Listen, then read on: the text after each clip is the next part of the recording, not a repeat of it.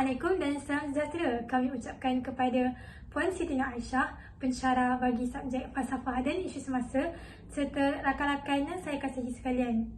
Pada hari ini kami, kumpulan 12, ingin bentangkan tentang falsafah sains Ibnu Al-Haytham. Saya Farah binti Harunaha, bernama matriks 208254 yang menerangkan tentang pengenalan Ibnu Al-Haytham.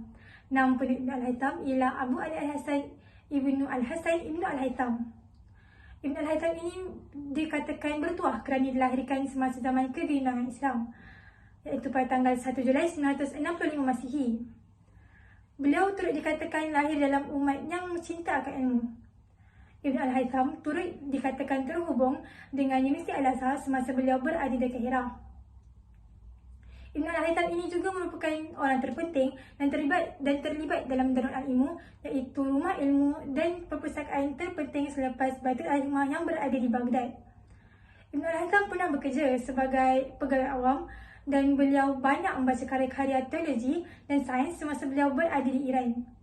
Ibnu Al-Haytham ini bukan sahaja terkenal di dunia timur, malah beliau juga terkenal di barat dan dikenali sebagai Al-Hazan atau Avinitain.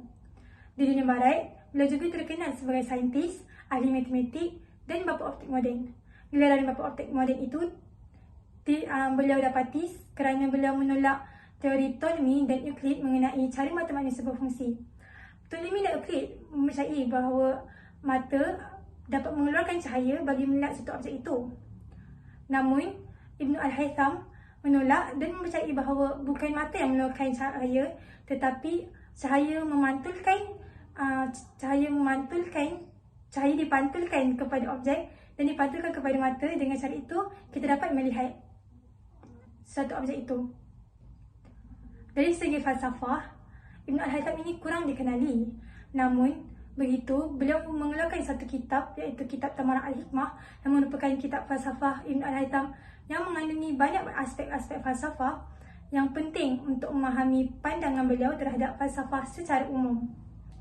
Walaupun beliau kurang dikenali sebagai ahli falsafah, namun kitab Tamarah Al-Hikmah tadi merupakan salah satu sumbangan terhadap dunia falsafah dan juga dapat menerangkan cara Ibnu Al-Haytham berfikir terhadap sains dan falsafah beliau mengenai sains itu sendiri.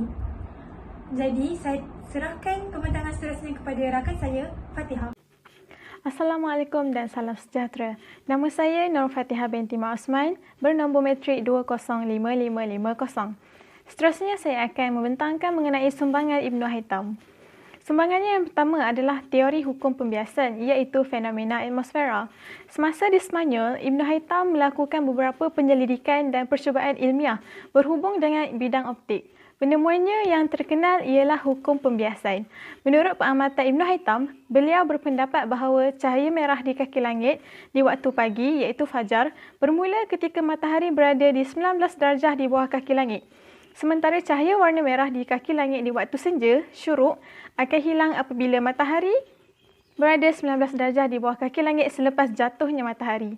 Dalam fizik moden, hukum ini dikenali dengan nama hukum pembiasan Snell yang bersempena nama ahli fizik Belanda iaitu Wilbrord van Rooyen Snell. Yang kedua adalah teori penglihatan iaitu optik. Dengan menggunakan kaedah matematik dan model fizik yang baik, beliau dapat membuat eksperimen yang teliti. Ibnu Haytham telah meletakkan optik pada batu asas yang kukuh. Beliau telah menggabungkan teori dan eksperimen dalam penyelidikannya. Dalam penyelidikan, beliau telah mengkaji gerakan cahaya, ciri-ciri bayang dan imej dan banyak lagi fenomena optik yang penting. Beliau telah menolak teori Ptolemy dan Euclid yang mengatakan bahawa manusia melihat benda melalui pancaran cahaya yang keluar dari matanya. Tetapi, menurut Ibnu Haytham, bukan mata yang memberikan cahaya, tetapi benda yang dilihat itulah yang memantulkan cahaya kepada mata manusia. Yang terakhir adalah bidang astronomi. Beliau melanjutkan pendapat ilmuwan Yunani tentang proses pengubahan langit abstrak menjadi benda-benda padat. Dalam karya astronominya, beliau melukis gerakan planet-planet, tidak hanya dalam terma eksentrik dan epicyclus, tetapi juga dalam satu model fizik. Pendapatnya hanya mempengaruhi dunia pemikiran barat pada zaman Johannes Kepler. 3 abad kemudian, karya ini ditukar dalam bentuk istisar oleh astronomi Muslim iaitu Nasiruddin At-Tusi. Di sebelah ini merupakan pergerakan planet-planet oleh Nasiruddin At-Tusi. Seterusnya adalah karya-karya agung Ibnu Haytham. Ibnu Haytham merupakan ilmuwan yang produktif dan memiliki banyak karya penulisan dalam pelbagai cabang ilmu. Beliau telah menulis tidak kurang daripada 200 judul buku, namun hanya sedikit sahaja yang terselamat. Di antaranya ialah Makalah fi Istishrash Sam al-Qiblah iaitu penyusunan kota, Makalah fi Hayat al-Alam, astronomi, Kitab fi al-Minasik, kamus optik, fi al-Maraya al-Muhrikah bi al-Dawair, cermin yang membakar, Makalah fi Daw al-Qamar, cahaya dan gerakan langit, Zawahir al-Hasak, gejala senja, dan yang terakhir adalah Al-Munazir yang merupakan salah satu daripada karya beliau yang teragung tentang bidang kajian optik, dan buku tersebut pernah menjadi rujukan kepada para ahli kajian optik selepasnya. Assalamualaikum warahmatullahi wabarakatuh. Terima kasih kepada Saudari Fatihah. Nama saya Nur Azayani binti Mat Osman, nombor matrik 206999. Saya akan membentangkan tentang falsafah Ibnu Al-Haytham. Beliau dikenali dengan gelaran Ptolemus Secundus atau Ptolemai kedua, iaitu si ahli fizik di Eropah pada zaman pertengahan. Beliau menyumbangkan ilmu dalam bidang optik, astronomi, seperti yang diterangkan oleh Saudari Fatihah sebentar tadi. Kita tahu bahawa falsafah tidak boleh dipisahkan daripada matematik, sains dan ketuhanan. Tetapi, dalam konteks ini, walaupun terdapat ilmu sains dan matematik dalam karyanya, ia tidak diterima pakai dalam bidang falsafah. Oleh itu, kebanyakan kajian mengenai pemikirannya dalam falsafah hanya berdasarkan petikan yang tersebar dalam karya sains dan matematik atau sumber sekunder dan rujukan tidak langsung, iaitu bukan penyataan daripada Ibnu Al-Haytham sendiri. Setakat ini, terdapat sedikit kajian yang dilakukan ke atas karyanya iaitu Kitab Samarah Al-Hikmah. Sebenarnya, kitab ini mengandungi banyak aspek falsafah yang penting untuk memahami pemikirannya dan pandangannya terhadap falsafah secara umum.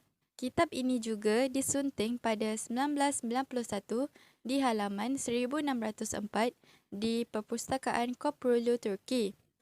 Ia memperkenalkan dan membincangkan beberapa aspek falsafah sainsnya seperti tujuan mempelajari alam, ontologi dan aspek epistemologi terutamanya yang berkaitan dan digunakan oleh Ibnu Al-Haytham dalam kajian fenomena alam.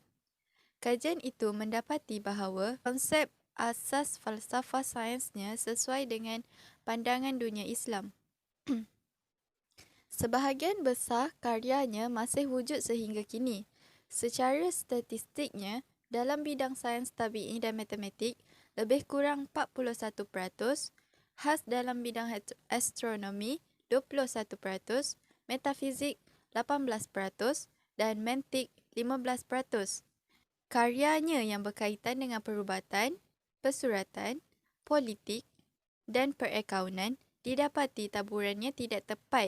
Secara amnya, beliau sebenarnya telah banyak mengkaji dan menulis dalam bidang keilmuan lain seperti metafizik dan falsafah sebagaimana sarjana Muslim di masa lalu. Saya teruskan dengan Saudari Aina Najiha. Assalamualaikum dan salam sejahtera saya ucapkan. Nama saya Nur Aina Najiha binti Adnan, nombor matris 207829. Terima kasih saya ucapkan kepada Nur Azayani. Seterusnya saya akan meneruskan perbentangan kami dengan membentangkan tentang 4 elemen saintifik yang mencorakkan pemikiran Ibnu Al-Haytham. Keempat-empat elemen ini telah dibahagikan kepada dua kategori, iaitu kategori wasilah dan juga kategori fitrah. Jadi, mula-mula kita akan mengenali apakah itu kategori wasilah. Wasilah sebenarnya bermaksud alatan, di mana dalam kategori wasilah ini ia telah terbahagi kepada panca indera dan juga akal yang sihat dan sejahtera. Jadi bagaimanakah panca indera dan akal yang sihat sejahtera dapat digunakan sebagai alatan dalam falsafah sains? Baiklah, secara asasnya terdapat 4 peringkat dalam kaedah penyelidikan Ibnu Al-Haytham yang sebenarnya turut digunakan oleh kita sebagai seorang pelajar aliran sains, iaitu pertama melakukan pemerhatian, kedua membuat hipotesis, ketiga menjalankan eksperimen dan keempat membuat kesimpulan. Dengan menggunakan panca indera sebagai alatan, kita dapat melakukan pemerhatian dan menjalankan eksperimen.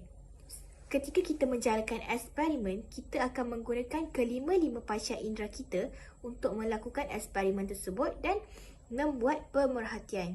Namun, dalam melakukan eksperimen menggunakan panca indera saja tidak mencukupi. Kita harus menggunakan akal dan logik yang sihat dan sejahtera untuk kita membuat hipotesis dan kesimpulan supaya kita mendapat kesimpulan yang betul dan logik. Baiklah, yang kedua adalah dari segi fitrah, iaitu intuisi yang bermaksud gerak hati dan sunatullah alam. Ibnu Al-Haytham telah berpegang kepada kata-kata bahawa wujudnya elemen yang berupa kecilikan hati yang digunakan oleh Allah Subhanahu Wa Taala sebagai sumber kebijaksanaan. Pada kini, contoh yang dapat kita lihat untuk kita mengaplikasikan intuisi dalam bidang sains ialah ketika kita menyelesaikan masalah algoritma. Ketika kita menyelesaikan masalah algoritma, kita bukan sahaja perlu menganalisis permasalahan tersebut, tetapi sebenarnya kita juga turut perlu menggunakan kata hati kita untuk memilih langkah seterusnya.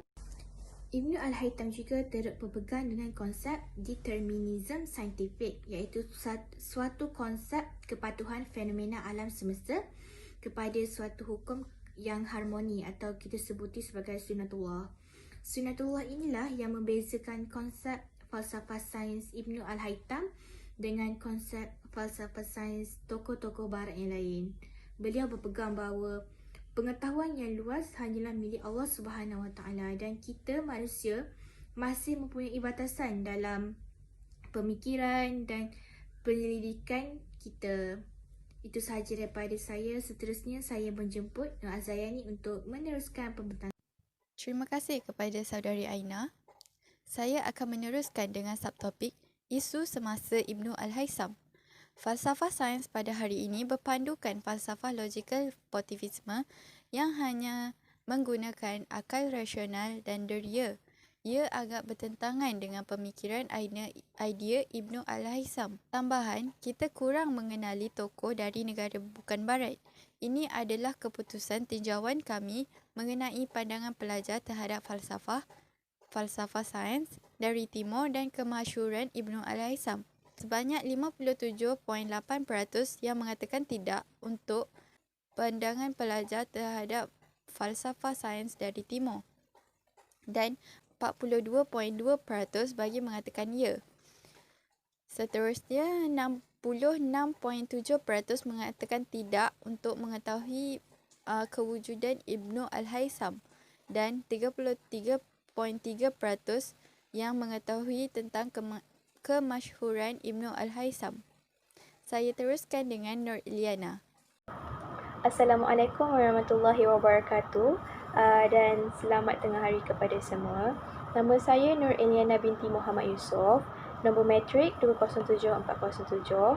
Seterusnya saya akan membentangkan mengenai matlamat penyelidikan Ibnu Al-Haytham. Baiklah, matlamat yang pertama, kebenaran bersifat tunggal. Hal ini menunjukkan bahawa kajian Ibnu Al-Haytham memberi kesimpulan bahawa kebenaran seharusnya wujud satu entiti yang tunggal sifatnya. Matlamat yang seterusnya, kebenaran adalah petunjuk yang boleh datang daripada keraguan. Dan di samping itu, matlamat Ibnu Al-Haytham juga ialah kebenaran tidak dapat dicapai dengan taklid. Hal ini menunjukkan bahawa taklid dalam hal-hal yang meragukan tidak akan membawa suatu penyelidikan itu kepada kebenarannya. Okey, baiklah, matlamat yang seterusnya, kebenaran memerlukan objektiviti. Hal ini menggambarkan bahawa setiap kajian saintifik Ibnu Al-Haytham ini ada tujuannya untuk diperolehi kebenaran sesuatu penyelidikan tersebut dan tidak mudah dipengaruhi oleh faktor-faktor lain yang boleh menimbulkan keraguan kepada beliau. Matlamat Selepas itu, matlamatnya ialah kebenaran tabi'i boleh dibuktikan dengan matematik. Hal ini matematik merupakan kaedah analisis yang bersifat umum dan ia sangat berguna untuk menyelesaikan masalah pembuktian yang lain. Baiklah, matlamat yang terakhir sekali iaitu kebenaran menuruti sunat Allah. Hal ini diakui bahawa keteratuan proses penglihatan manusia sehingga pergerakan pantas mata apabila memasuki habuk juga telah dicatat dalam sunnah Allah. Okey, oleh hal yang demikian, keenam matlamat Ibnu Al-Haytham ini terhadap kebenaran dalam kaedah saintifik ini sepadan dengan paradigma tauhid sekaligus selaras dengan falsafah penyelidikan Islam. Okey, baiklah. Sekian dari kumpulan kami menerangkan mengenai falsafah Ibnu Al-Haytham. Sekian dari kami. Terima kasih.